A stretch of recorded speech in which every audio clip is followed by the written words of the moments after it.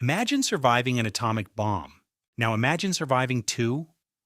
It sounds impossible, like something from a movie or a fictional story designed to shock people. Yet this actually happened to a real man. His name was Tsutomu Yamaguchi, and he is the only person officially recognized by the Japanese government as having survived both the Hiroshima and Nagasaki atomic bombings. Out of millions of people living through World War II, his story may be one of the most unbelievable. In the summer of 1945, Yamaguchi was a 29-year-old engineer working for a Japanese company. He lived in Nagasaki with his wife and young son, but in early August he was sent on a business trip to Hiroshima. At the time Japan was losing the war, many cities had already been devastated by conventional bombing raids, but no one knew that something far worse was about to happen. On the morning of August 6, 1945, Yamaguchi was preparing to leave Hiroshima and return home. His business trip was over. He had packed his belongings and was heading toward a shipyard. At around 8:15 in the morning, he looked up and saw something unusual in the sky. A single aircraft. Then he noticed a small object falling. A moment later, the world exploded. A blinding flash lit up the sky brighter than anything he had ever seen. Yamaguchi later described it as if the sun had suddenly fallen from the heavens. The explosion threw him violently through the air. The heat was so intense that it burned parts of his body. His eardrums were damaged. For a moment he thought he was dead. When he regained consciousness, the city around him had disappeared. Buildings had collapsed. Fires were spreading everywhere. People wandered through the ruins, badly burned and covered in ash. Some had lost family members. Others had no idea what had just happened. Hiroshima had become the first city in history to be struck by an atomic bomb. Despite his injuries, Yamaguchi somehow survived.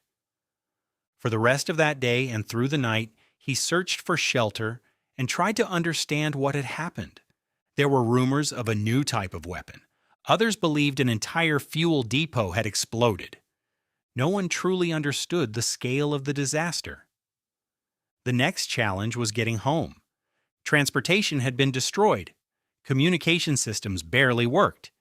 Yet somehow, through a combination of luck and determination, Yamaguchi managed to find a train that was still operating. Incredibly, just one day after surviving the atomic bombing of Hiroshima, he boarded a train and headed back to Nagasaki. Imagine sitting on that train, burned, exhausted, traumatized, believing you had just witnessed the worst event imaginable. Most people would think the danger was over. But for Yamaguchi, it was only the beginning. On the morning of August 9th, he arrived back in Nagasaki. His family was relieved to see him alive.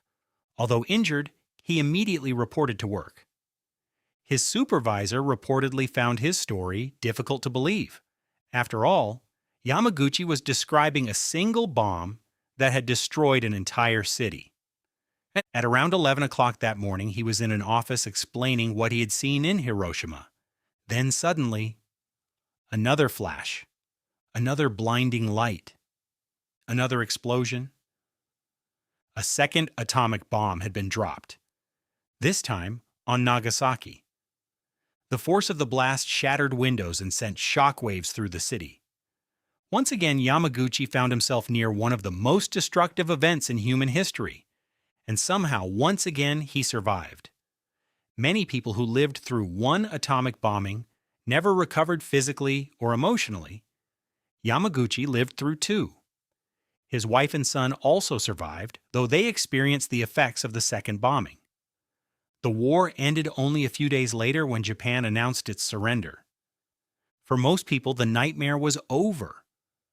For survivors, however, a different struggle was beginning.